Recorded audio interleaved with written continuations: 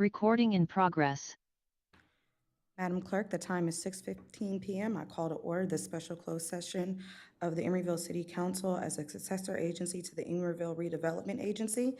This meeting is being conducted in person at 1333 Park Avenue here in Emeryville, California. The City Council welcomes comments including criticism about the policies, procedures, programs, or services of the city or the acts or missions of the City Council. Speakers shall not use threatening, profane, or abusive language which disrupts, disturbs, or otherwise impedes the orderly conduct of a city council, successor agency, management of Emeryville Service Authority, or related meeting. The city is committed to maintaining a workplace free of unlawful harassment and is mindful that city staff regularly attend council meetings. Discriminatory statements or conduct that would potentially violate the Fair Employment and Housing Act, such as statements or conduct that is hostile, intimidating, oppressive, or abusive, is per se disruptive to a meeting and shall not be tolerated. Madam Clerk, the roll, please. Councilmember Bouders? Here. Councilmember Carr? Present. Councilmember Pryforce? Here. Vice Mayor Mora? Present. And Mayor Welch. Here, item 3 is ex parte communications. Members, do any of you have any ex parte communications to report for this agenda? Seeing and hearing none. Item 4 is public comment on closed session items. Any member of the public wishing to make a comment on closed session items can do so now for 2 minutes. Seeing no members of the public here with us, public comment is now closed. Madam Clerk, we will be taking items 5 and 6 and sub-items in closed session. The time is 6:16 p.m. We are adjourned to closed session. Recording stopped.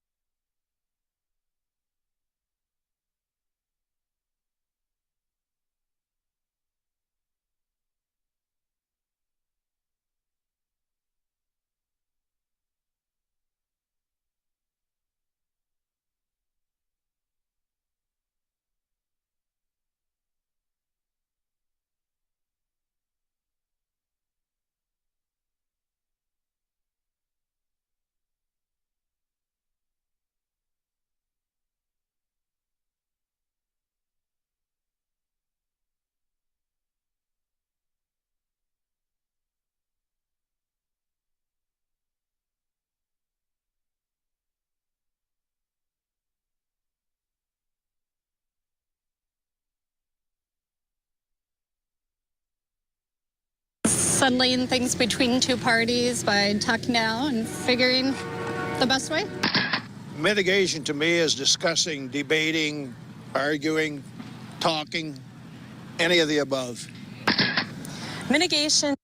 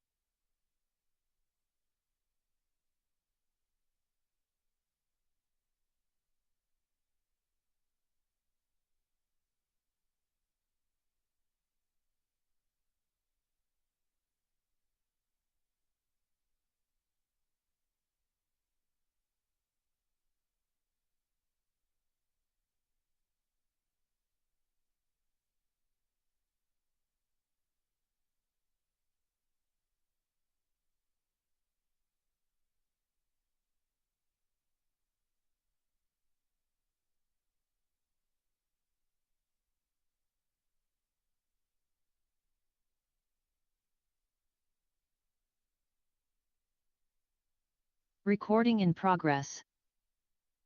Clerk, the time is 6:53 PM. We have returned from closed session. Mr. City Attorney, do you mind reporting out of closed session? Thank you, Mayor Welch.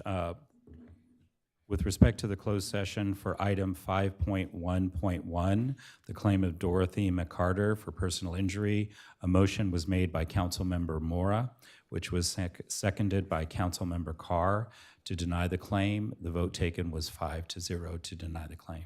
Thank you. Thank you very much, Madam Clerk. The time is 6:54 PM. This meeting is adjourned. Madam Clerk, the time is still 6:54 PM. I call to order this special study session of the Emeryville City Council. This meeting is being conducted here in person at 1333 Park Avenue here in Emeryville, California. Please note my previous comments regarding proper meeting etiquette still stand. And Madam Clerk, the roll, please. Councilmember Bouders? Here. Councilmember Carr? Present. Councilmember Pryforce? Here. Vice Mayor Mora? Here. And Mayor Welch. Here, item 3 is approval of the final agenda. Members, is there a motion on the final agenda? I move approval. Second. Madam Clerk, we have a motion and a second. The roll, please. Councilmember Bouders? Aye. Councilmember Carr? Aye.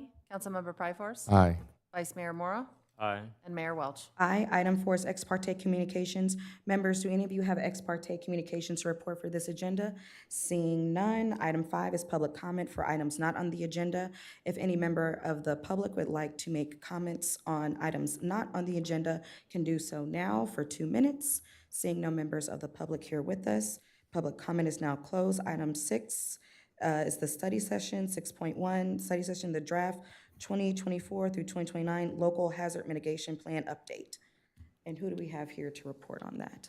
Good evening, Mayor and council members. Pedro Jimenez, Assistant City Manager. I'm going to introduce Lori Elephant, Management Analyst and retired annuitant, who has taken the lead on the local hazard mitigation plan.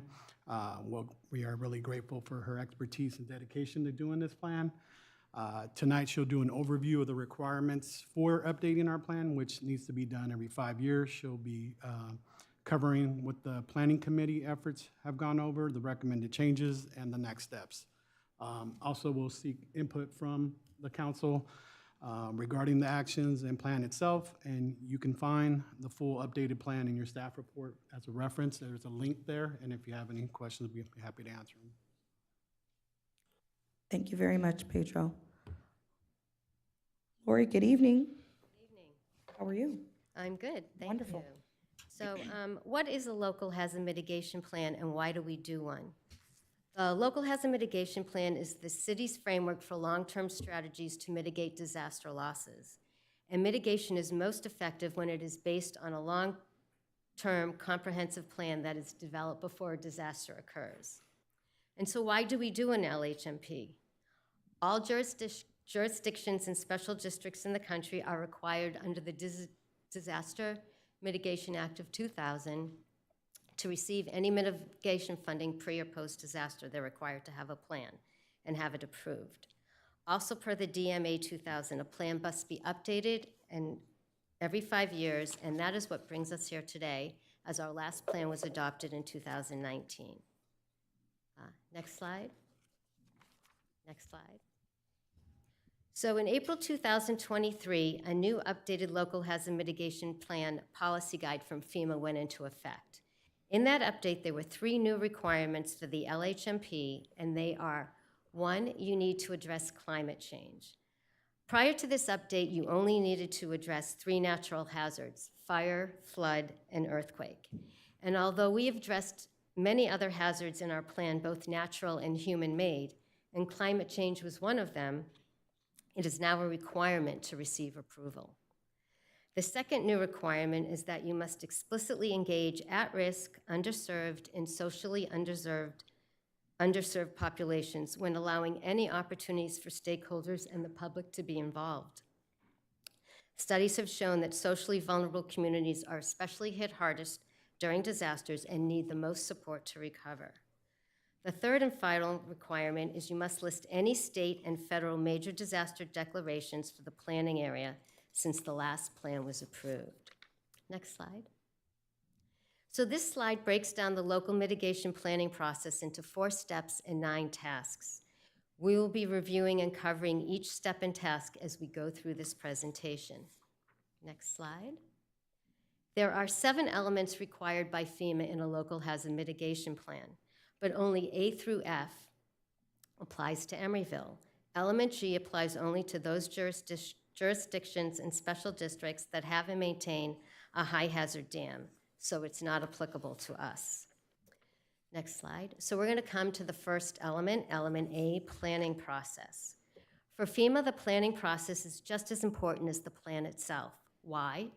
Because to reap the greatest benefits from hazard mitigation, everyone has to have a seat at the table. A planning process that only includes a portion of the community at large can only be partially successful.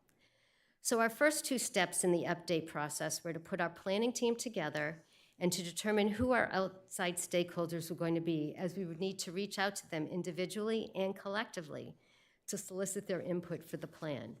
Next slide.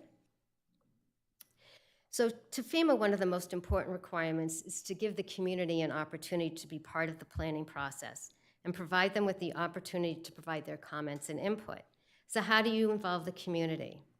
There are various ways to involve the community: presentations to elected officials and other public meetings or events, questionnaires or surveys, or posting on social media. You also need to reach out to your outside stakeholders to obtain their comments and input. The effects of a hazard on an outside stakeholder, for example, East Bay Mud or PG&E, could cascade down and have serious consequences for the city and its residents and businesses. So the first step we took last November when we began this update process was to publish a community survey to which we received 97 responses, with 3 members of the community expressing an interest to be on the planning team. We then put our planning team together, which consists, or still consists, of a representative from every department, a representative from Alameda County Fire Department, and 2 community members. The very first task of the team was to identify the hazards we wanted to include in the plan, and that leads us to our next element, element B, hazard identification and risk assessment. Next slide. The planning team's rationale for including a hazard, whether it was natural or human-made, was if that hazard was to occur, could it require us to declare a state of emergency or need to request federal mitigation funding as a result of the disaster? If that was so, then we felt the hazard should be included in our plan. Next slide. There are 5 steps to a risk assessment. You need to identify and describe the hazards, identify the community's assets that are at risk for this hazard, analyze the impacts of the hazard, and summarize the city's vulnerability to the hazard. Next slide. So how did we go about identifying the hazards we wanted to include in our plan? We looked at the hazards that were included in our previous plan, the hazards identified in Berkeley and Oakland's local hazard mitigation plan, as well as the hazards of concern from our community survey. From there, the team identified the hazards to be included in our plan update and their priority ranking, and they are, next slide. Here they are, the 9 hazards we identified, and it's no surprise that earthquake and climate change are 1 and 2. Next slide. We then looked at these hazards and the risks to the city. What areas of impact could this have on the city? Could this hazard have on the city and its residents? We then analyzed those more in depth and established the following areas of concern. Next slide. So these are the areas of concern for each hazard we identified. We addressed these risks in depth in our plan. What impact have any of these areas of concern already had on the city? What impacts have any of these areas of concern had on other jurisdictions? What could our losses look like if this event should happen here? And what would need to be done to mitigate the consequences of such an event? Next slide. This table shows the changes in the identified hazards from our previous plan. The hazards remain the same, but as you can see, their priority ranking has changed. We also identified new areas of concern that were not in our prior plan. Once we identified our hazards and our areas of concern, we then moved on to the next element of our plan, element C, mitigation strategy. Next slide. The mitigation strategy is really a long-term blueprint for reducing potential losses identified in the risk assessment. The mitigation strategy, in essence, describes how the city will accomplish the overall purpose of the planning process.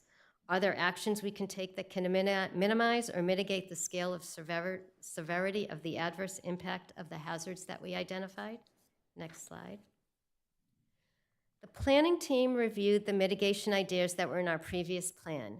We looked at those actions and identified those that we had accomplished over the past 5 years, as well as those we did not. We then looked at those remaining actions and discussed if they were still viable actions and/or worth keeping in the plan, and if not, why. Once we determined which ones we wanted to keep, we then brainstormed new mitigation actions to include in the plan update. From there, we then evaluated each mitigation action for its feasibility, social benefits, economic benefits, environmental improvement, and community objectives. Next slide. The team identified 40 mitigation ideas projects to address our hazards of concern. One can scan the QR code here to see the complete list of these mitigation actions and leave any comments or suggestions. Next slide. So here is a list of the 40 mitigation actions that the committee came up with. 28 were carried over in some form or fashion from the prior plan, with an additional 12 new mitigation actions. An example of a high priority action item is the building of a police substation on the east side of the freeway, but they can also run the gamut from promoting mass notification systems or increased earthquake awareness to the community to actual other shovel in the ground projects, such as building a bioswale on Powell Street to prevent flooding. So once we had our mitigation actions, we then were able to put the plan together, and we move on to the next element, which is element D, maintenance. So the LHMP is a living document. FEMA does not want it to just be a plan that sits on a shelf and collects dust. So as conditions change, new details become available, or actions progress over time, the plan will need to change to stay up to date. So how is this done? Per our plan, staff will issue an annual community survey, as well as will meet on an annual basis to review and document any changes. This will make the process easier for the next element, element E, plan update. So as mentioned before, the local hazard mitigation plan needs to be formally updated every 5 years and must include any changes in the hazards listed and/or their priority. It also should include documentation of any hazards that occurred in our own jurisdiction during the previous 5 years and what were the results or impacts of those events. If some event did not occur in the city itself, did it occur elsewhere in other jurisdictions, and what were the consequences or impacts of that event? What changes have occurred in the city?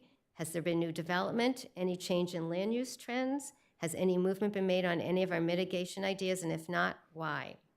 We then take all the information we have gathered for our maintenance of the plan over the previous 4 to 5 years, and we put the new plan update together.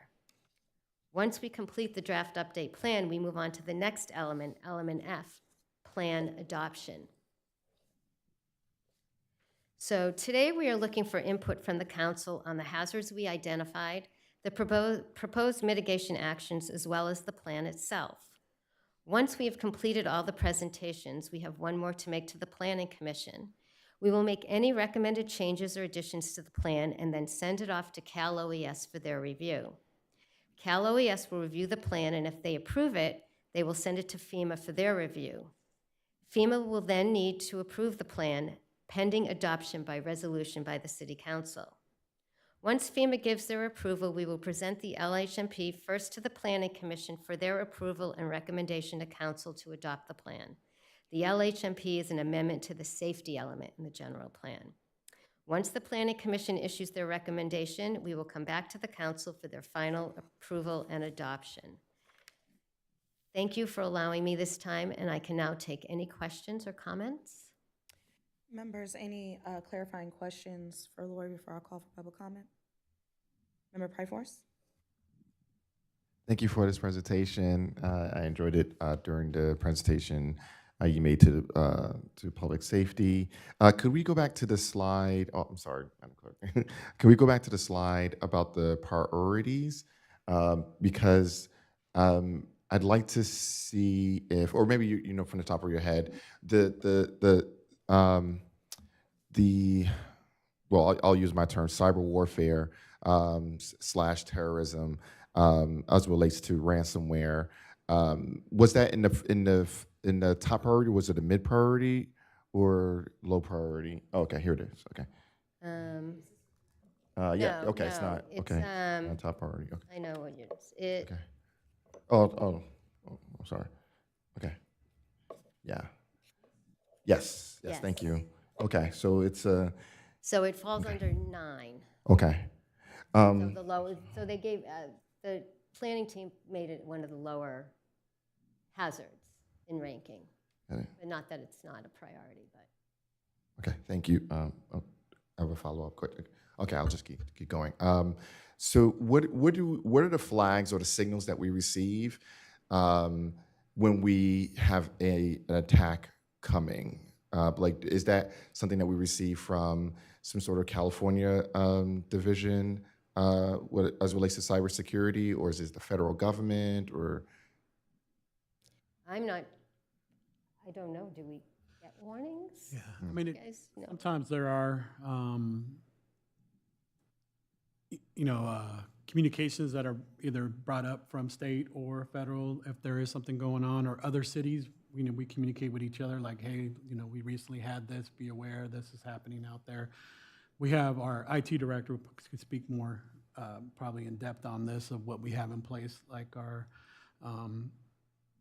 software programs that kind of monitor this. We have a software and a company that monitors our city firmware and kind of will give us emails if they see something or is happening in other places too. Thank you. Thank you. What I'd like to share is that the nature of cyber warfare is that it ebbs and flows. It's very seasonal, and one of the seasons that is predicted is that it may hit cities like ours around election time or post-election, should the things don't go to a particular go a particular way. And so so it may drop from a 9, 8, 9, and then not, and I think some hazards the same thing, like probably like heat when it comes to like forest fires and that sort of thing is very seasonal. And so yeah, so that's what I would like to know and then perhaps suggest, if I'm able to, that we look at that, see what are who provides us the flags, and perhaps my desire is that we may prioritize it for the next couple of months, but and also look at it like how do we prioritize and then deprioritize it, depending on the season of risk. Yeah, so that's something that because I remember coming in, like I think it was like the first week, either it was a conversation I had with Adam or it was with Paul, and I said, it's coming soon, and then Oakland got hit. Yeah, and so that's something that it's coming up again. I'm seeing amongst the sort of hacker space that that the fall is going to get really bad. So yeah, so I just wanted to share that. Thank you for your presentation again. Any other clarifying questions for Lori? No? Lori, thank you very much. Thank you. At this time, I'll call for public comment on the study session item. Any member of the public that wishes to comment on the study session item can do so now for 2 minutes. So is the regular council meeting right after this? Okay. Maybe I'll just wait for my comments for that, thanks. Can somebody from the city lend me a pen?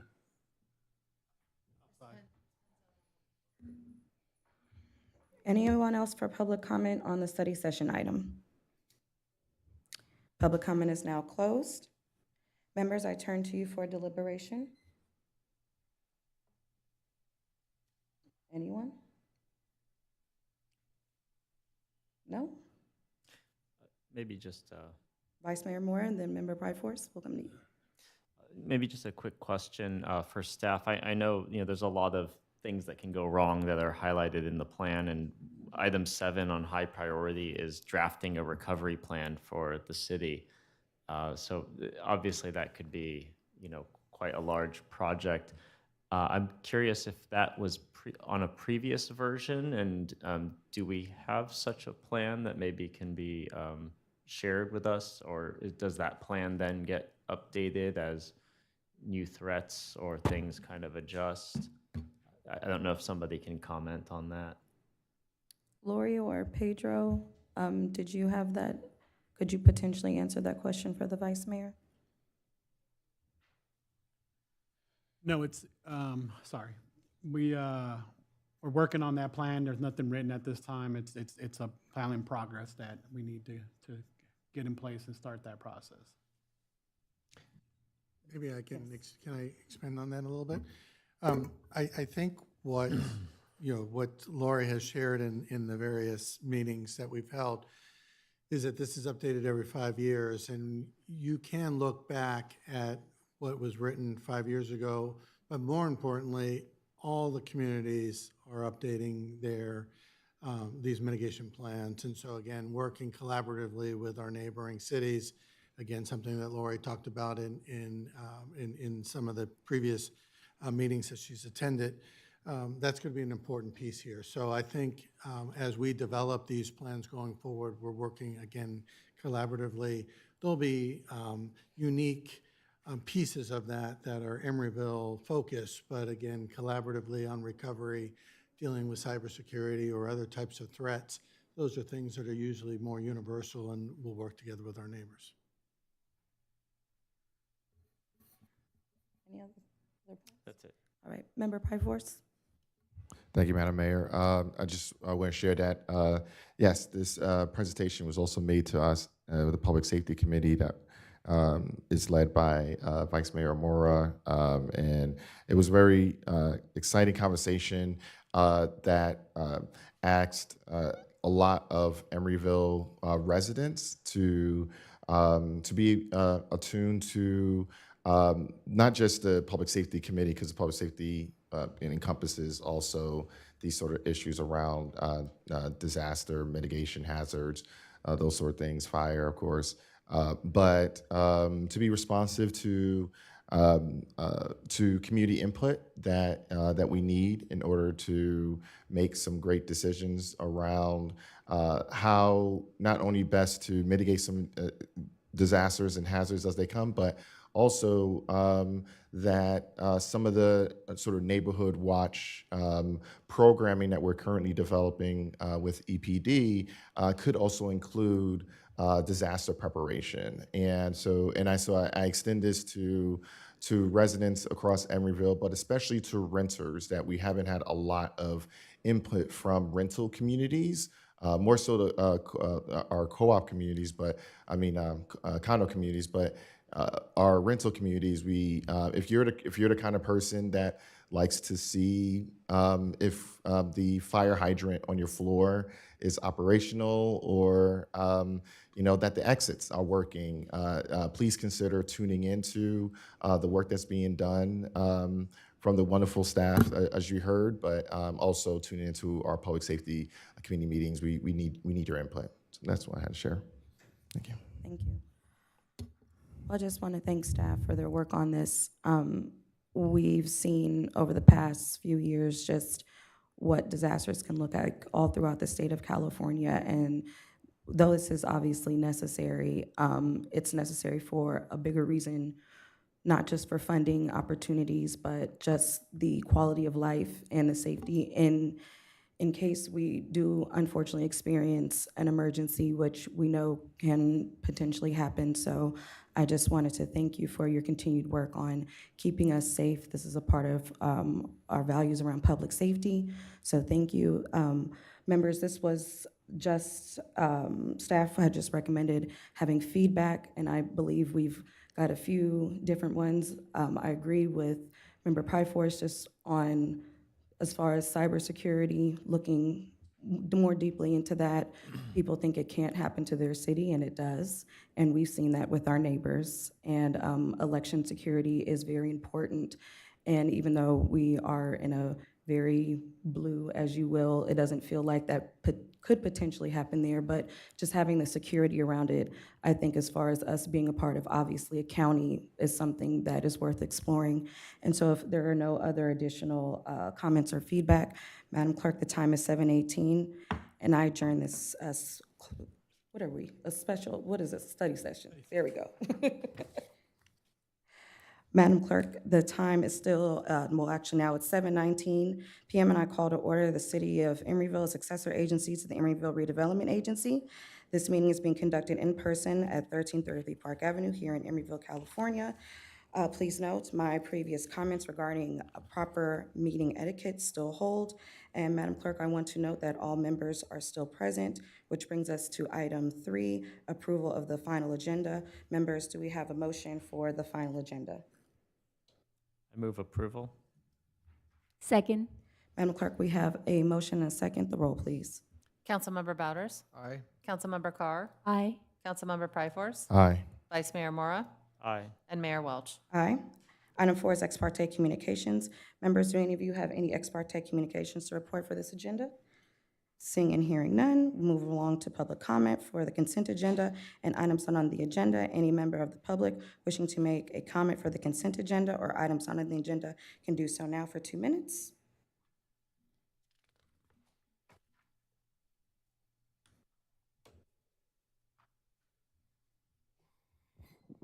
Yeah, I accessed the Democratic Party of Alameda County's Zoom meeting a few days ago where they entertained politicians who wished their endorsement. And there at the meeting was none other than our city council member, John Bouders, who's run, as everyone here knows, he's running for the Alameda County Supervisor. And also Courtney Welsh, the mayor, was there, who's running for re-election for the city council. And let me just cut to the chase here. There are a lot of lies spoken by these two elected public officials in Emeryville. A lot of lies, and the lies will be documented by the Emeryville Tattler. There's going to be at least 2 stories. It's worth at least 2, maybe 3.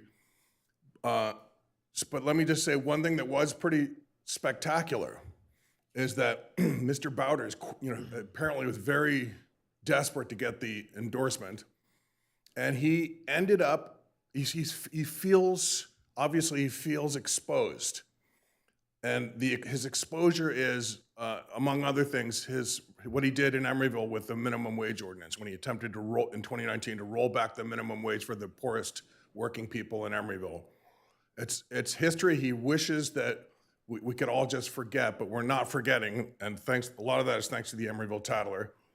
But John obviously feels exposed because he did something he's never done. He apologized for failed public policy on his part. He apologized to the Alameda County Democratic Party. I think he was in desperation, hopes of getting an endorsement, but it didn't work. They did not endorse John, but he did apologize. And that's the first we've ever heard from Mr. Bouders that he made a mistake when he cut the wages of the poorest working people in Emeryville. So he apologized to them, but not to us. Thank you for your comment. Thank you for your comment. Any other members of the public wishing to make public comment on the consent agenda or items not on the agenda can do so now. Seeing and hearing none, public comment is now closed. Item 6 is the consent agenda.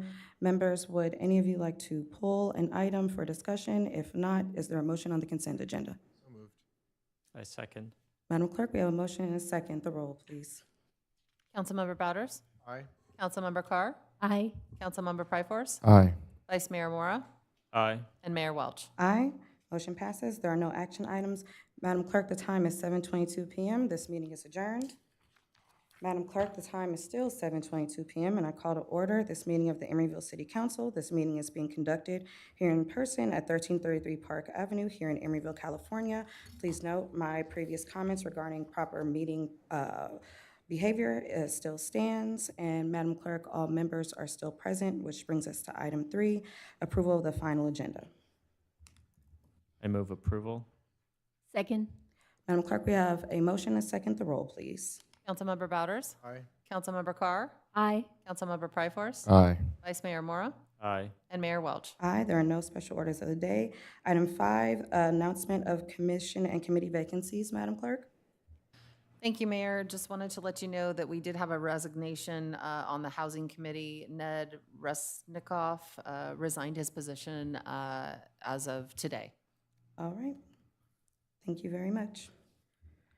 Item 7, the city manager's report.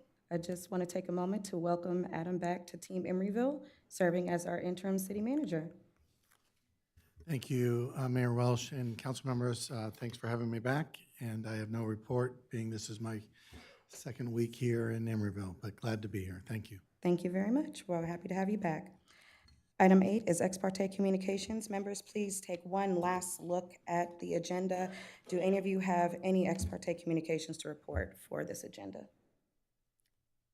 Yes. I do. For item 12.1, related to the Emeryville Amtrak station, leading up to these documents and agreements, I have had multiple meetings with Amtrak, the Union Pacific Railroad, people from Wareham Development, and AC Transit.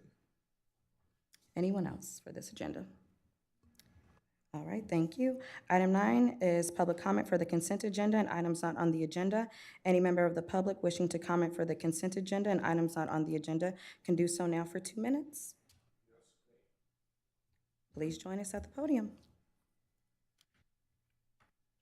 Okay, I'm gonna take this opportunity to video record this. And the reason is it's instructive for the public to see how the mayor, Courtney Walsh, and then John Bowders, Councilmember Bowders, refuse. Oh, there. Okay, there. John just proved me a liar. John just did look at me. Usually, when public comments are up here and there's people that are being critical of the city council's job performance, you know, the public policy, usually their eyes will not meet the speaker. So now they're doing it. So I'm going to bring my camera every time from now on. I've just figured out a device to get better behavior from you, because if you don't meet eyes with us, the public, you know, at least the impression is given that you're not listening to us. So this camera is now going to record every time I get up and speak, or anybody else that is critical of your public policies. When you cast your eyes downward, like Mr. Bowders is now doing. But I did want to say quickly, welcome to Adam Politzer.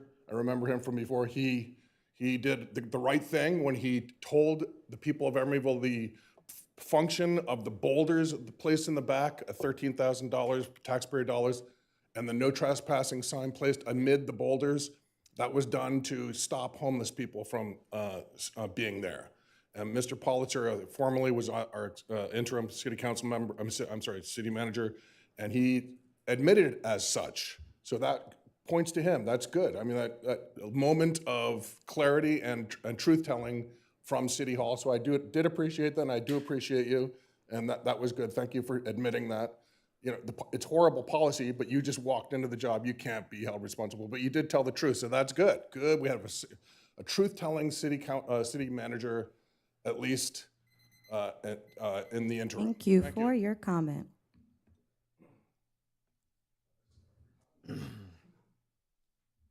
Any other members of the public wishing to make a public comment on the consent agenda or items on the agenda can do so now. Seeing and hearing none, public comment is now closed. Item 10 is the consent agenda.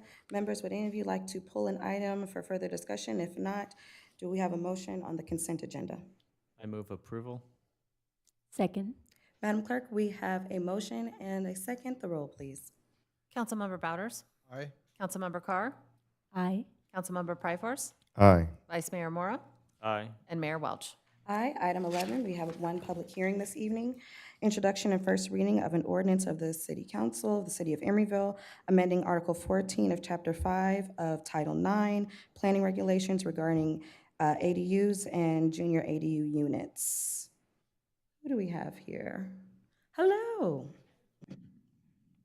How are you, Alyssa? Good. Okay.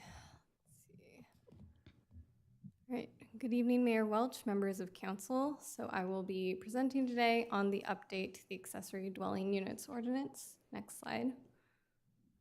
As a just general overview, accessory dwelling units are residential units associated with a principal residential use, i.e. they are considered accessory to a principal unit. ADUs have been codified in some manner through state law since 1988, but it is really the last decade of legislation that has dictated how local jurisdictions regulate ADU development. As it relates to the city first adopted Article 14 related to ADUs in 2013. At the time, it was called the Secondary Residential Units Ordinance. In 2017, the city adopted amendments to that ordinance in response to changes in state law. In 2019, the state adopted a bundle of 6 ADU streamlining laws, which really form the backbone for how we regulate ADUs today. And in response, in December of 2020, the city adopted the ADU ordinance, still Article 14, and submitted it to the Department of Housing and Community Development for review. In December of 2023, the city then adopted the objective standards, which included minor revisions to the ADU ordinance to make sure that all regulations in it were objective in nature. And then in January of this year, HCD provided a letter of review and 11 findings indicating that the ADU ordinance is inconsistent with state law. Next slide. So we are updating the ADU ordinance because the city is required to consider HCD's findings and amend them accordingly so that they conform with state law. In addition, since 2020, when the ADU ordinance was adopted, no less than 8 new ADU laws have passed. There's actually more than this. These 8 just represent the most substantive related to regulation of ADUs at the local level. Next slide. So in February of 2024, planning staff had a meeting with HCD staff to discuss the findings identified. There were 11 identified, and through that conversation, we determined that 9 of them require changes to the ADU ordinance. Key topics included clarifying the minimum number of allowable ADUs, what types of ADUs and junior ADUs are permitted, the maximum height and size, some general cleanup items, and staff recommends 1 discretionary change that was not required by state law, but would improve our ADU ordinance. Next slide. So actually the next 3 slides, which we can go through pretty briefly, just list the summary of changes, including the topic of the change, what the current ordinance says, HCD's findings, and staff's proposed change. So we can just shuffle through that. And then 1 more. So I did want to speak to a couple key changes in the ADU ordinance. So we have made 1 discretionary change to open space, which was not required by state law. This was based on some community feedback received on July 16th. This would allow either common open space or private open space to be provided to meet our open space requirement. Currently, the ADU ordinance requires only common open space and does not allow that level of flexibility, and we heard that allowing either would encourage more flexible and desirable site design. Next slide. As you received in the memo today, we also made some revisions to the ordinance language to reflect the draft ordinance language that was recommended by Planning Commission. I apologize that it did not make it into the original ordinance. The changes would specify that all the ADU conversions may be expanded to 150 square feet versus what we say now, which is just accessory structures. And it would also update a government code citation to match the correct numbering regarding conveyance of ADUs. Next slide. And then you can see here, this is the text of those changes with red lines. Next slide. So the ADU ordinance is exempt from environmental review. Public Resource Code provides that CEQA does not apply to the adoption of an ordinance pertaining to ADUs. Next slide. The findings are as follows. The proposed amendment is consistent with the general plan. The ADU ordinance would help implement housing goals and bring ADU regulations into compliance with state law. The proposed amendment is necessary for public health, safety, and welfare, or will benefit the public. And this will help continue to expedite housing development. Next slide. As noted, the ADU ordinance is exempt from CEQA under the Public Resources Code. There will be no changes to the zoning map made as part of this project. Slide. Planning Commission did review the ordinance on August 22nd, 2024, and have voted to recommend that the City Council adopt the proposed amendments as included in the memorandum. Next slide. And we do recommend that City Council adopt the attached ordinance included in the memorandum, approving the proposed amendments to the planning regulations. I'm available for any questions. I do have slides with each of the individual changes, if anyone would like to look at one in specific. Members, any clarifying questions before I open the public hearing? No? All right, Madam Clerk, the time is 7:35 p.m. I open this public hearing. Any members of the public wishing to make a comment on the public hearing can do so now for 2 minutes.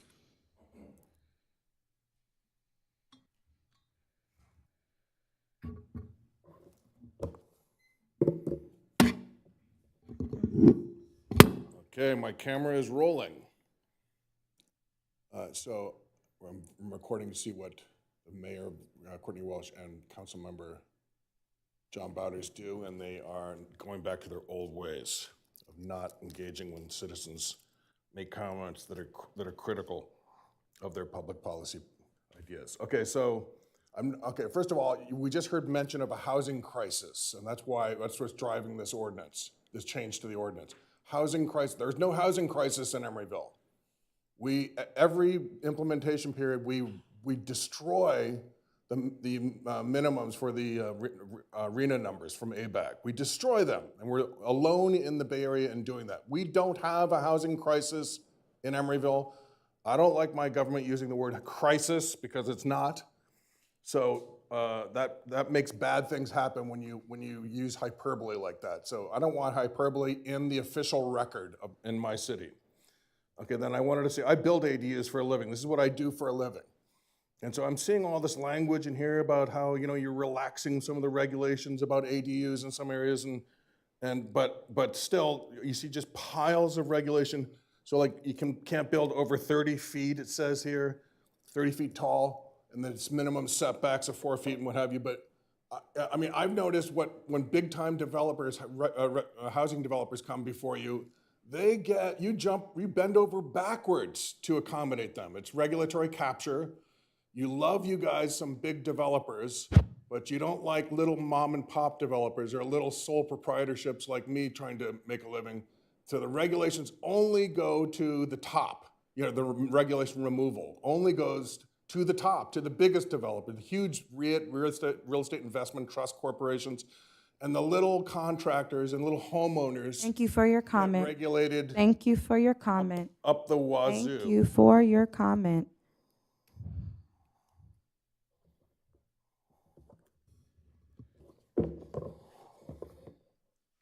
Any other members of the public wishing to comment for the public hearing? Seeing and hearing none. Madam Clerk, the time is 7:37 p.m. I'm closing the public hearing. Members, I turn to you for deliberation.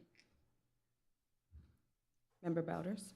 I just want to thank planning staff for the work you did and for the Planning Commission's assistance in helping us comply with state law and ensuring that we are doing all the things the state has asked us to do as it relates to ensuring that people who want to turn single-family spaces into granny flats, carriage houses, ADUs, garage conversions to help softly densify residential neighborhoods and make housing more abundant in the East Bay possible. And I'll put a motion on the table to read by title only.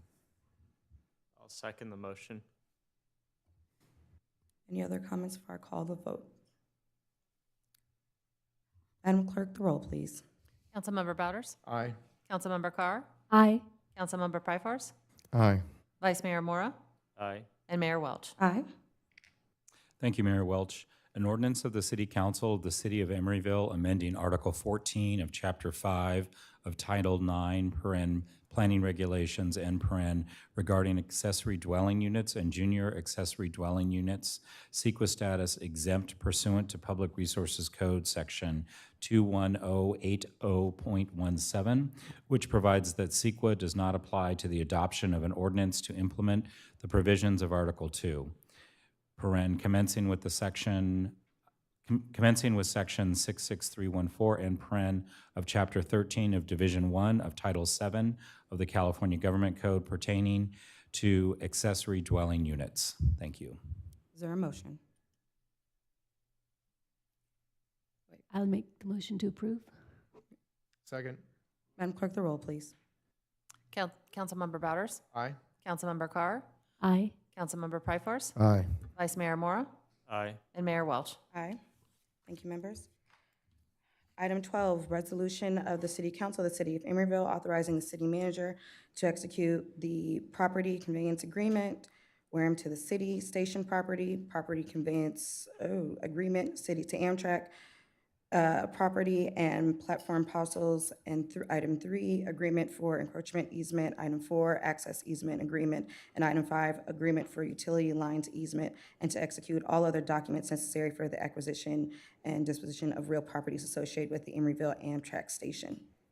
Oh, hello. Yeah, it gave you enough time to walk up here, didn't it? That was a mouthful. Thank you, Madam Mayor and members of City Council. I'm Chad Smalley, the Community Development Director.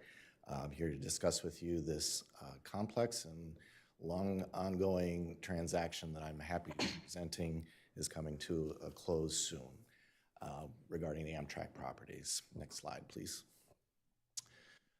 So just going to start with some geographic context. On this slide is the area that we're talking about. Alongside the railroad tracks from north to south, you have 4 platform parcels. The station is in the lower left-hand side, that gray roof structure that you see. And we're also involving this stub of 59th Street that accesses the parking structure underneath Emery Station West, which is a large tower in the center of the screen. And tangentially, we'll touch on the drive aisles immediately in front of the station that extend from Horton. Next slide, please. So the background on this goes back a long ways. In the early 90s, 1993, the former redevelopment agency of the city of Emeryville purchased a number of properties from Chevron. And that included, and we're going to use this terminology throughout, so bear with me, the station parcel, which is where the station actually is, the 59th Street stub extension, and platform parcels 3 and 4. Those are the southerly 2 platform parcels. That would be immediately abutting the station and abutting the 59th Street extension. Wareham Development then developed and built the Amtrak station, and I should mention we conveyed that property, the station property, to Wareham for Wareham to build that station for Amtrak. Wareham then leased the station parcel to the redevelopment agency, and that lease included both a purchase option at the end of the term of the lease, as well as a provision for Wareham to retain the air rights above the station for future development. Then the city, and this distinction is important, leased that station parcel to Amtrak with a purchase option at the end of that lease, by which Amtrak then would take title to the station parcel and all 4 platform parcels. And as I mentioned, both of these leases included that purchase option at the end of the term. Next slide, please. Those leases expired in October of 2018. And so in advance of that date, the city started working towards fulfilling those transfers and those purchases that were required to get these properties into Amtrak's hands. we were interested in making sure that that facility was maintained as an intermodal transit station in perpetuity and kept at a high level of maintenance. And consequently, there was an operating covenant that was proposed to be attached to this transfer. However, there wasn't any such provision in the Amtrak lease with the city, and as a consequence, Amtrak declined to accept the property pursuant to that kind of restriction, and Wareham likewise declined to transfer the property to the city. While we were looking into all of this and negotiating these aspects of the transaction, we discovered that distinction I mentioned earlier, which was that the agency had leased it from Amtrak, or from Wareham, but the city leased it to Amtrak. And that's a problem because the city and the redevelopment agency are distinct legal entities. And of course, as you all know, in the interim, the redevelopment agency was dissolved by operation of law. And so now we had the successor agency on title or with a right to purchase this property, but an inability to get it to Amtrak. So that kicked off an extensive amount of back and forth and negotiations with all of the involved parties. And we've arrived at a solution, I'm happy to say, but it is complex. And so I'll walk through it briefly, each of the pieces of this transaction to clean all of this up and fulfill the original intent of all of the agreements that were put in place back in the 90s. Next slide, please. Starting with the station parcel.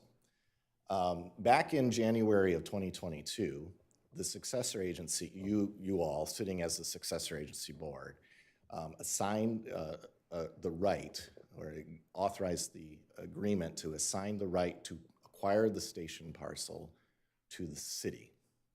That, because it's a disposition of a property by a successor agency, required both oversight board approval as well as the State Department of Finance approval. The oversight board approved it the day after, on January 19th of 2022, and then in May of 2022, the Department of Finance sent us a letter approving the oversight board's action, approving the successor agency board's action. So with that done, we have a mechanism to get the property, instead of into the successor agency, that right to acquire that property is now can be assigned to the city.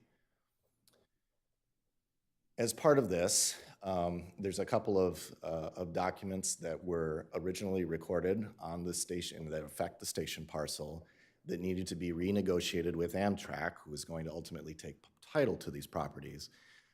And those include an easement agreement, which now has been amended and restated and agreed to by Wareham and Amtrak, by which access to the station parcel across those drive aisles that are in front of it, that property not being part of this transaction except for this easement, this is how you get access to the station itself. Additionally, there was a declaration of covenants, conditions, and restrictions, which essentially provide for those support easements for the eventual potential development of the air rights parcel. This was all contemplated by the lease with the agency, but it needs to be formalized in the form of a CC&Rs, and that provides for the ability for supports to be built if the property is ever redeveloped such that the air rights are developed, and to get access and utilities to the air rights parcel. Those two agreements, the city's not party to those two agreements, but it's worth noting because the amended and restated easement agreement provides that access to the station parcel so long as this parcel is operated as an intermodal transit facility, and so that is important to the city. So that is the station parcel. Next slide, please. So to make this all happen, there's an assignment agreement between the successor agency and the city that gives the rights to the city to acquire the property. There's a conveyance agreement then from the Wareham directly to city, bypassing the successor agency. That's Exhibit A to your resolution. And then the conveyance agreement between city and Amtrak, Exhibit B to the resolution. And then as an FYI, those amended and restated agreement easements and CC&Rs are included as attachments as well. Next slide, please. Now moving on to the platform parcels. So the northerly two, and this commences about where the post office is parcel 1. Parcel 2 is in front of Emery Station West. And this is just a thin strip of land that's actually where you wait for the train. Those are already owned by the city, so we don't have these intervening steps. It's not as difficult to get these properties over to Amtrak. However, the bridge that connects Emory Station's west podium to the bridge that goes across the railroad tracks is in the airspace above platform parcel 2. And so to clean that up, it requires an easement. So this conveyance agreement is subject to Exhibit C, which is the encroachment easement for that walkway. And it goes directly from the city to Amtrak. Next slide, please. 3 and 4 are owned by the successor agency. Those are just the little tiny stub of platform at the end of 59th Street and the platform that's adjacent to the station parcel. That pedestrian bridge also encroaches on platform parcel 3, so that same easement affects that property as well. This is subject to the assignment agreement whereby the successor agency transfers title to platform parcels 3 and 4 to the city, and then the city onto Amtrak by that same agreement that transfers the station parcel, subject to Exhibit C encroachment. Next slide, please. That takes care of the platform parcels.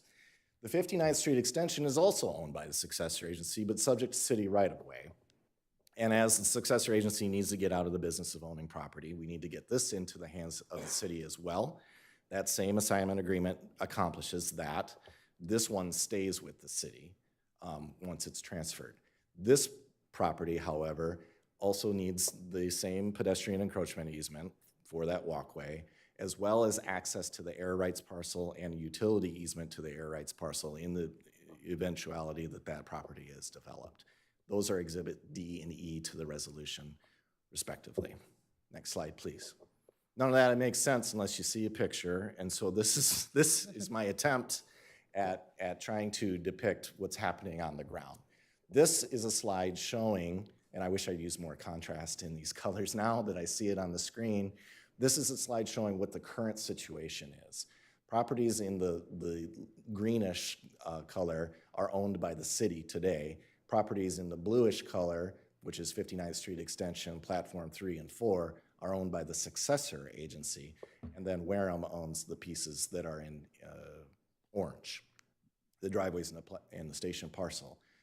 Next slide, please. For a hot minute in time during escrow, this will be the situation. This is where the successor agency has moved everything that it owns over to the city, and where Wareham has transferred the platform parcel to the city.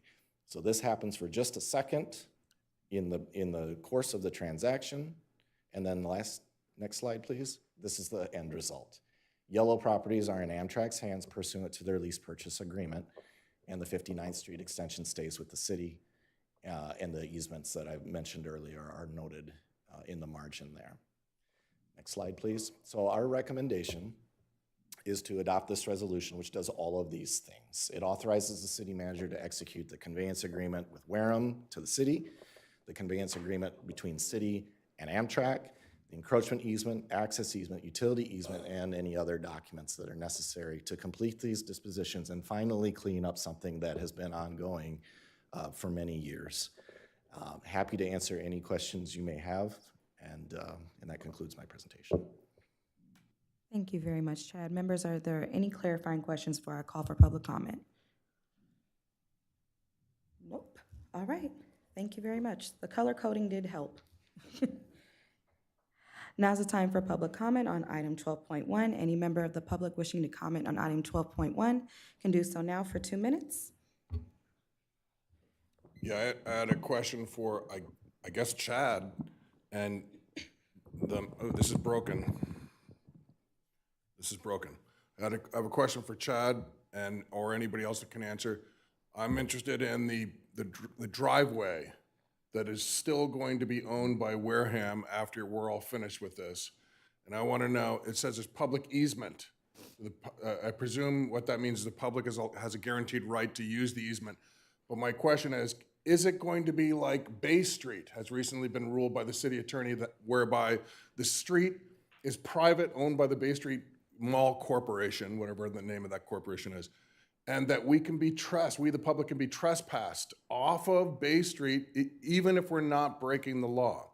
So my question to Chad, or anybody else that can answer, and maybe one of you can ask Chad in my stead, or for me, can we be trespassed off of the driveway to get into the Amtrak station because it's Wareham property. Can we be trespassed if we're not breaking the law in perpetuity? And so I would like to have an answer to that question, please. Chad, if you could just volunteer, maybe you could ask the mayor if you could answer it quickly. That would not be a Brown Act violation. Thank you. Thank you for your comment. Any other member of the public wishing to comment on item 12.1? Good evening, Council. I'm Jeff Sears, a partner at Wareham Development, who partnered with you to create all this. So Chad went through a ton of legal documents, easements, blah, blah, blah, all important. But really, I'm here to say thank you to you and your predecessors, the city, for having a political vision over 30 years ago to put Emeryville on the transit map in a way that it hadn't been. You know, the station is here because Loma Prieta destroyed Oakland Station, which was the western terminus of the whole US rail system. And Oakland and its leaders couldn't figure out how to replicate it, restore it fast enough for Amtrak. So your city manager at the time and our founding partner at the time created a private-public partnership and built this station, and it became the western terminus of this US rail system. And that's important. But what's more important is it's really become a key stop on a commuter rail line. It's the second busiest station in the state. So that vision, really important. You did it together with us. We're really proud of it. You should be as proud of it. And again, Chad talked about the documents. That has been complicated, messy, but it looks like it's done. I do want to appreciate Chad for all that. And also, Amtrak is not officially a government agency, but it sure behaves like one. And I want to thank Councilman Bowders for helping get Amtrak on track at a point where this just didn't seem like it was going to happen. So thank you very much. Thank you for your comment. Any other members of the public wishing to comment on item 12.1? Seeing and hearing none, public comment is now closed. Members, I turn to you for deliberation. Member Bowders. I just want to note that the path, as Mr. Sears alluded to, the path towards having a vision for Emeryville being a transit locus in the East Bay is one that was adopted and fulfilled by predecessors to those of us who are sitting here today, and they did really great work. It has helped transform the footprint of Emeryville in a way that gives people meaningful transportation choices. It also does a lot to alleviate some of the other environmental, social, and economic disparities that exist in the East Bay. And we did have a lot of challenges picking up stuff that was done 25 to 30 years ago and trying to fill in the gaps and correct errors that people who worked very quickly to make this possible. Working through those challenges was a lot of time and effort. But I want to just commend Chad in particular and his team. I want to commend prior city managers, Carolyn Lair, Christine Daniel, and Paul Budenhagen for their persistence with this. I want to thank Rich Robbins and Jeff Sears at Wareham for continuing to stay at the table. And as difficult as they were, honestly, at times, I want to thank Amtrak for not abandoning Emeryville as the western terminus for its transnational rail system.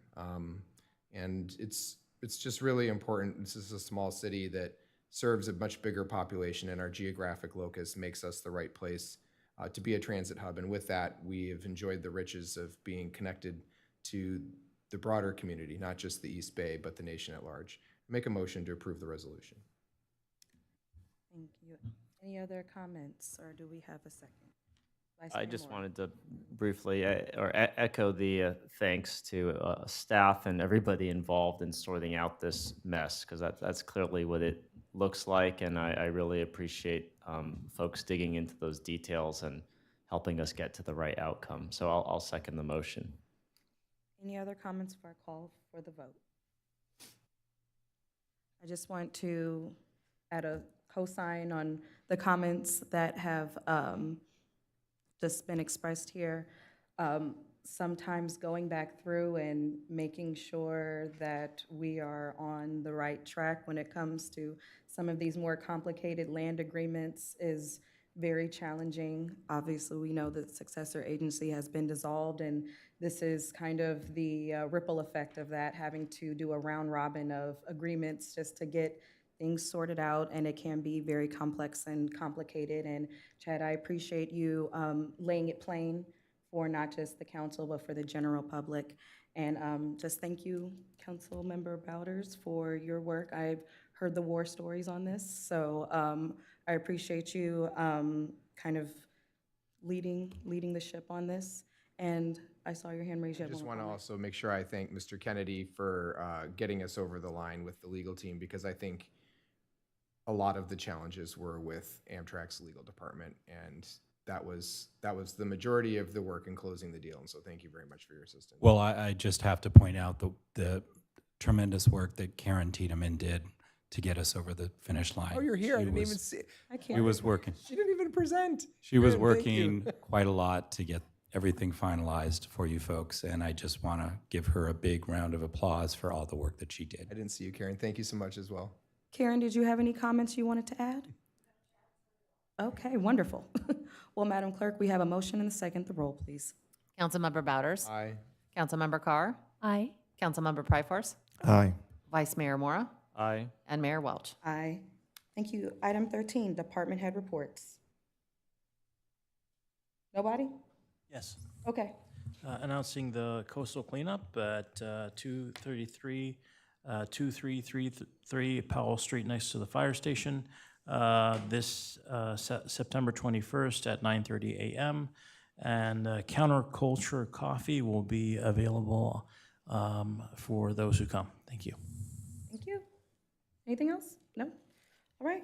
Item 14 is future agenda item requests from council members. Vice Mayor Moore?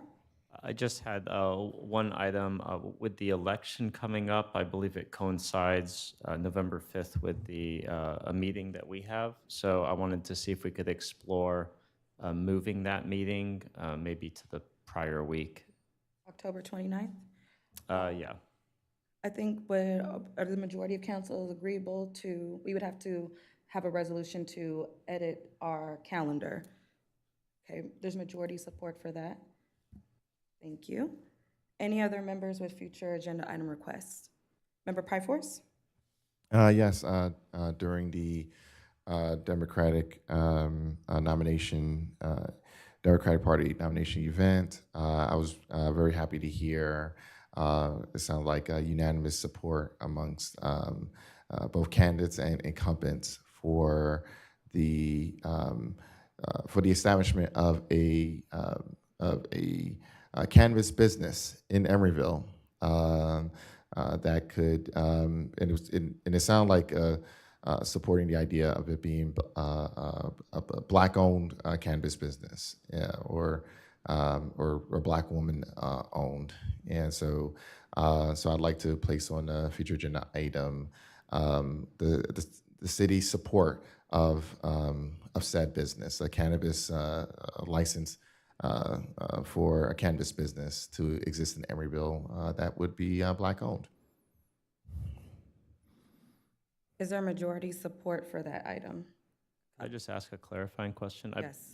I believe we still have a study session on the overall cannabis license process. Is that right? Yes, that is correct. Okay.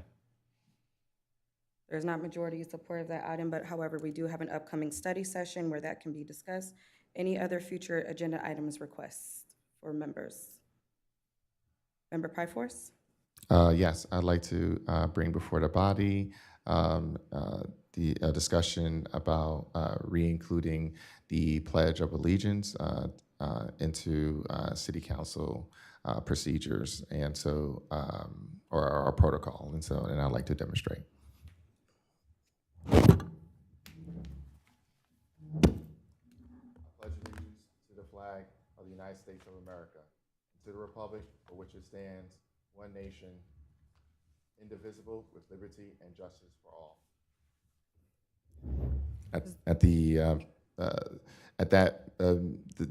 At the discussion of its removal, the issue was the mention of under God, and so and thus I demonstrated the Pledge of Allegiance as before under God was added as a sort of a resolve as to how we introduce the Pledge of Allegiance without offending those who took offense.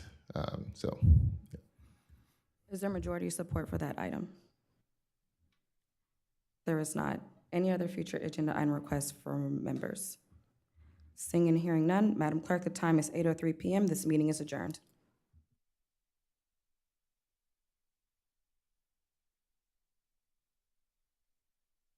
Recording stopped.